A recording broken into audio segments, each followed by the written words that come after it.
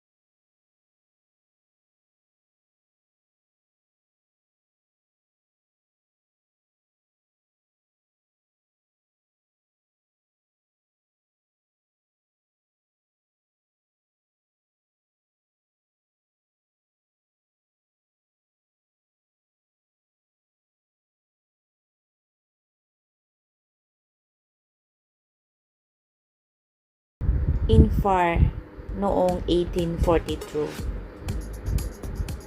Dahilan sa gera ng mga panahon na iyon, ay nagpasakop ang Hong Kong sa British Crown Colony.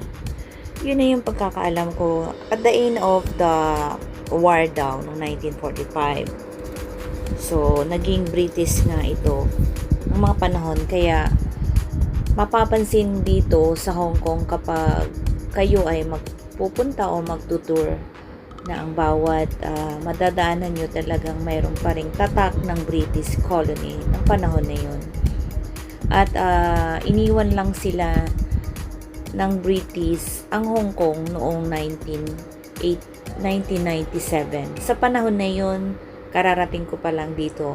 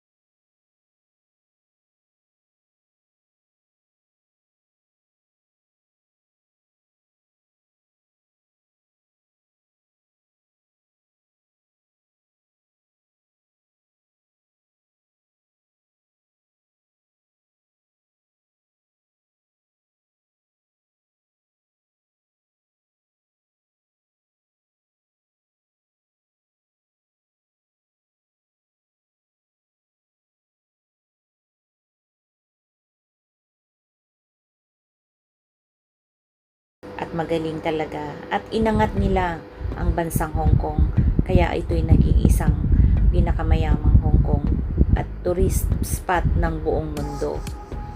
At kahit sino ang naninirahang mga Britanyo dito sa Hong Kong ay tinatrato nilang pinaka first class na citizen, while Chinese naman ay second class lang noong panahong 1949 hanggang 1997.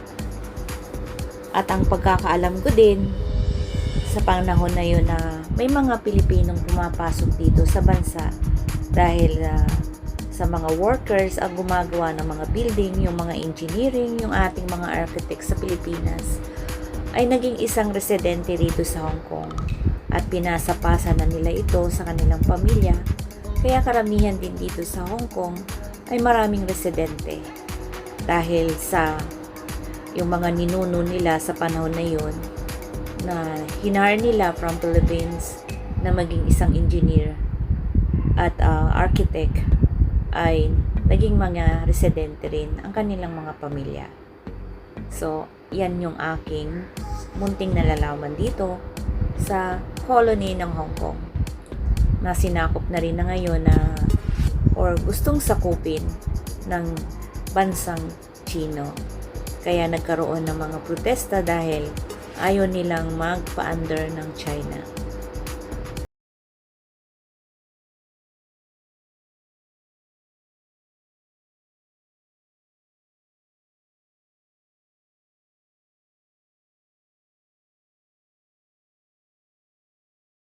Ang lugar dito ay malayo sa mga trapiko. at napakabilis takbuhin kung saan man sulok ng gusto mong puntahan.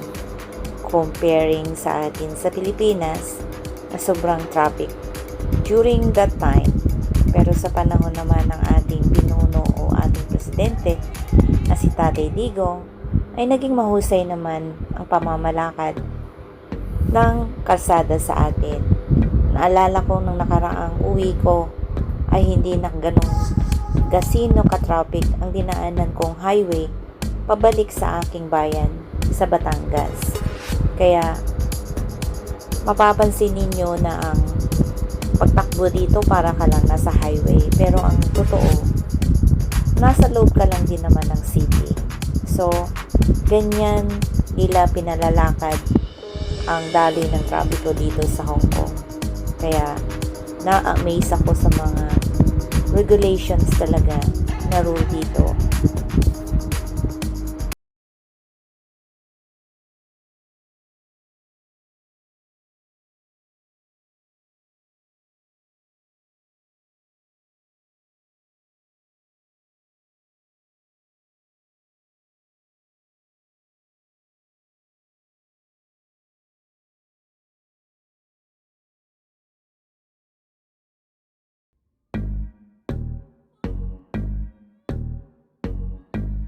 Malayo rin ito doon sa aking lugar kung saan ako nakatira. Pero dahil nga mayroong sasakyan, so hindi ako nag-aalala sa aking pag-uwi mamaya. Kaya gusto ko lang ng road tripping. Kaya gusto ko rin na makita ninyo yung aking mga lugar na pinupuntahan.